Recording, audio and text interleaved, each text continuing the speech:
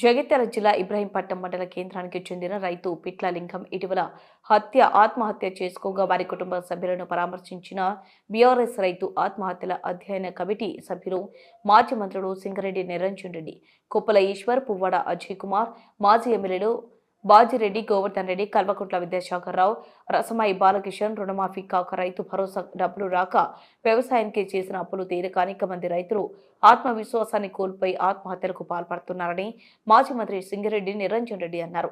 జగిత్యాల జిల్లా ఇబ్రహీంపట్నం మండల కేంద్రానికి చెందిన రైతు పిట్ల లింగం ఇటీవల ఆత్మహత్య చేసుకోగా వారి కుటుంబ సభ్యులను బీఆర్ఎస్ పార్టీకి చెందిన రైతు ఆత్మహత్యల కమిటీ సభ్యులు మాజీ మంత్రులు సింగిరెడ్డి నిరంజన్ రెడ్డి, కొప్పుల ఈశ్వర్, పువ్వాడ అజయ్ కుమార్, బాజిరెడ్డి, గోవర్ధన్ రెడ్డి, మాజీ ఎమ్మెల్యేలు కల్వకుంట్ల విద్యాసాగర్రావు, రసమాయి బాలకిషన్ తదితరులు పిట్ల లింగం కుటుంబాన్ని పరామర్శించారు. సుమారు 417 దాకా రైతుల యొక్క బలవన్మరణాలు జరిగినాయి తెలంగాణ రాష్ట్రంలో. ఈ ప్రభుత్వం వచ్చి ఎన్ని రోజులైందో అన్ని రోజులకు సగటున రోజుకొక మరణం చొప్పున రైతు ఉరికమ్మం ఎక్కుతున్నాడు, లేకుంటే పురుగుల మందు ఆగి చచ్చిపోతున్నాడు. ఇవాళ మనం మాట్లాడేటువంటి ఈ సమయానికి ఉమ్మడి కరీంనగర్ జిల్లా, ప్రస్తుత జగిత్యాల జిల్లాలోని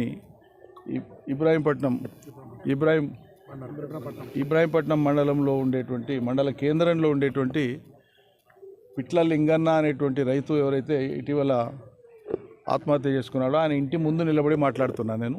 నాతో పాటు మా సహచరులైనటువంటి కమిటీ సభ్యులు ఉన్నారు. చాలా హృదయ విదారకమైనటువంటి పరిస్థితి మనం చూసినాం. దురదృష్టం, రైతులు ఆత్మవిశ్వాసాన్ని కోల్పోయి వాళ్ళ ఆత్మవిశ్వాసం దెబ్బతిని ఈ ప్రభుత్వం మీద విశ్వాసం లేక, ప్రభుత్వం ఇచ్చిన మాటను నమ్మలేక ఒక అనిశ్చితికి గురై రైతులు ప్రాణాలు గాలికి వదులుకుంటున్నారు. ధైర్యంగా ఉండండి అని మనం దిక్కు చెప్తా ఉన్నాం, ప్రయత్నం చేస్తూ ఉన్నాం, కానీ వాళ్ళకి ధైర్యం వస్తలేదు. కారణం చెప్పిన రుణమాఫీ కాకపోయా, అదేవిధంగా ఇస్తానన్న రైతు బంధు రాకపోయా, వ్యవసాయ అప్పులతో పాటు కుటుంబాలు గడవక చాలా ఇబ్బంది పడుతూ ఉన్నారు. పంటలు కూడా కొనుగోలు చేసేటువంటి పరిస్థితి లేదు రాష్ట్ర ప్రభుత్వానికి. గతంలో పంటల కొనుగోలుకు రంది లేకుండే, రైతు బంధుకు రంది లేకుండే, సాగునీళ్ళకి రంది లేకుండే, పెట్టుబడికి రంది లేకుండే, రుణమాఫీకి రంది లేకుండే.